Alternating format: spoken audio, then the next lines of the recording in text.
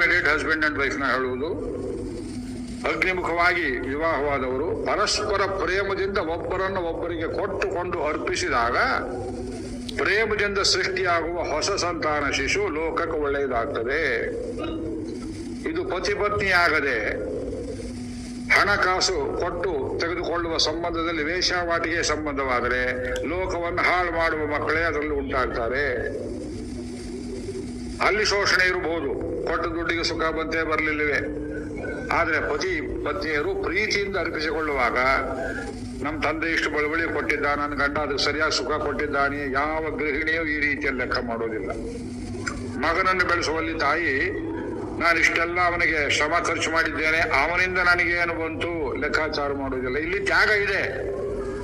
ಭಾರತೀಯ ತತ್ವ ಹೇಳುತ್ತೆ, ಯಜ್ಞ ಇದ್ದಲ್ಲಿ ತ್ಯಾಗ, ತ್ಯಾಗೇ ನೈಕೆ ಅಮೃತತ್ವಮಾನಸು ನ ಕರ್ಮಣ ನ ಪ್ರಜಯಾ ಧನೇನ ತ್ಯಾಗೇ ನೈಕೆ ಅಮೃತತ್ವಮಾನಸು ಪರೇಣ ನಾಗಂ ನಿಹಿತಂ ಗುಹಾಯಾಮ್.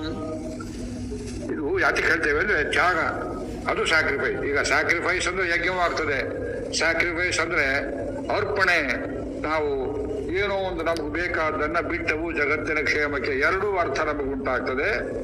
ಆದ್ರಿಂದ ಯಜ್ಞ ದ್ವೇಷಿಗಳು ಇವತ್ತು ಬೌದ್ಧರ ರೂಪದಲ್ಲಿ ಇರ್ಬೋದು, ಅವರು ಜೈನ ರೂಪದಲ್ಲಿ ಇಲ್ಲದೆ ಇರ್ಬೋದು. They may have come round today in some manner, but they continue to be in the form of your various political parties today. ಅವರೆಲ್ಲ ಯಜ್ಞ ವಿರೋಧಿಗಳೇ.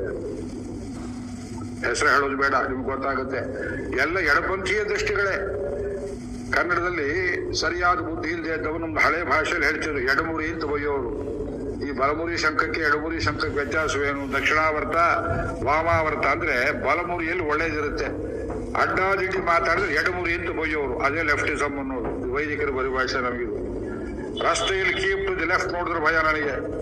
ಯಾಕೆಂದ್ರೆ ಎಲ್ಲಿ ಎಡಬುದ್ಧಿ ಎಡಗಡೆ ಹೋಗ್ಬಿಡಿತು. ಟ್ರಾಫಿಕ್ ಸೌಕರ್ಯಕ್ಕೆ ಮಾಡಿದ್ದೀರಿ, but even by choice see we are keeping to the left. ನಮ್ಮ ಬುದ್ಧಿಯಲ್ಲಿ ಹೋಗುತ್ತೆ. ಅಮೆರಿಕ ಇಲ್ಲಿ ಕೀಪ್ ಟು ದಿ ಲೆಫ್ಟ್ ಅಂದ್ರೆ ಜೈಲಿಗೆ ಹಾಕ್ತಾರೆ. ಅದು ವೆಹಿಕಲ್ಸ್